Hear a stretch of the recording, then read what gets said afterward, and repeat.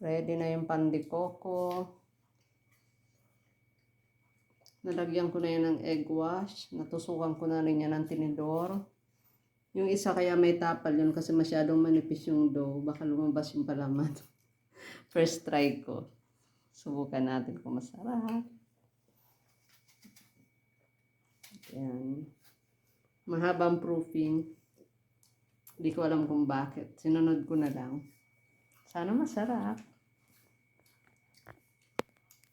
Hintay ko pa yung oven. Pag uminit na lang gusto yung oven, lagay ko na to. Tapos pakita ko na lang yung finished product. Kung hindi ngayong gabi, bukas.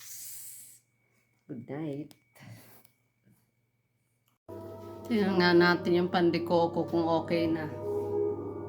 Nasunog eh. Wow! Here's the finished product. Pan de coco in Italy. Yes. Ayaw niya nang kumain ngayong gabi. Kasi kumain na siya ng... Yung mister ko sinasabi ko, kumain na siya ng banana at apple. Kaya, tsaka yung cake pa pala, meron pa kami. Kaya, yun ang kinain niya. Tsaka yogurt pala. Sabi niya, bukas na daw siya kakain nitong pan de coco.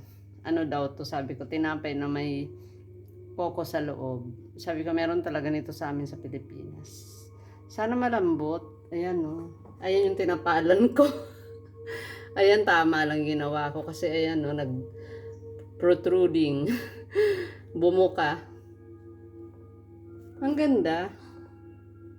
Maganda pala yung sinunod kong recipe. Kala ko, titigas kasi nag-add ako ng flour. Kasi ang hirap masahin eh. Masyadong malagkit. Pero nakalagay, wag mag-a-add ng flour. Maglagay na lang ng oil sa kamay para hindi dumikit. Kaya lang sabi ko, parang hindi ako kumbinsido dun sa sukat ng flour. Sa tingin ko may kaibahan yung flour ng Pilipinas at flour dito. Kahit sabihin pareho ng type, yung all-purpose flour ang ginamit ko. Nagka-idea tuloy ako kasi yung dough, parang may pwede pa akong gawing ibang klase ng recipe sa ganitong klaseng dough. Diba? Ganda. Importante talaga yung egg wash. Gumaganda. Sana masarap din, di lang maganda, diba? Parang ikaw lang. Maganda na masarap pa. Hugot. Good night again. Try ko na yung pan de coco. Ito kinuha ko a caso.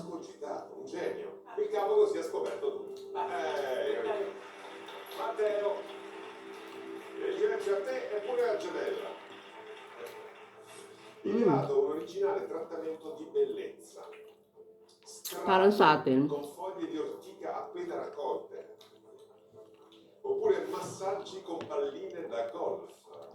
Hindi ko akalain na ganito result success.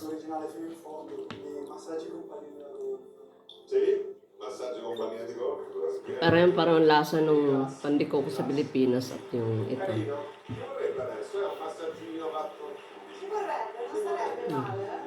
Parli sempre di ansia quando devi rispondere. È vero, è vero. C'è un massaggino con le palline da golf.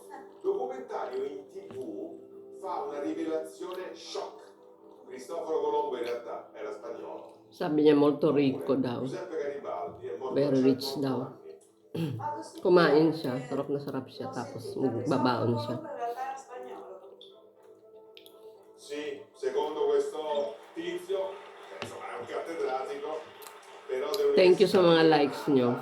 Quindi un po' interessato a far vedere che era spagnolo, genovese. Jonathan. Approvati dopo Kain tayo. 70 anni dal Ministero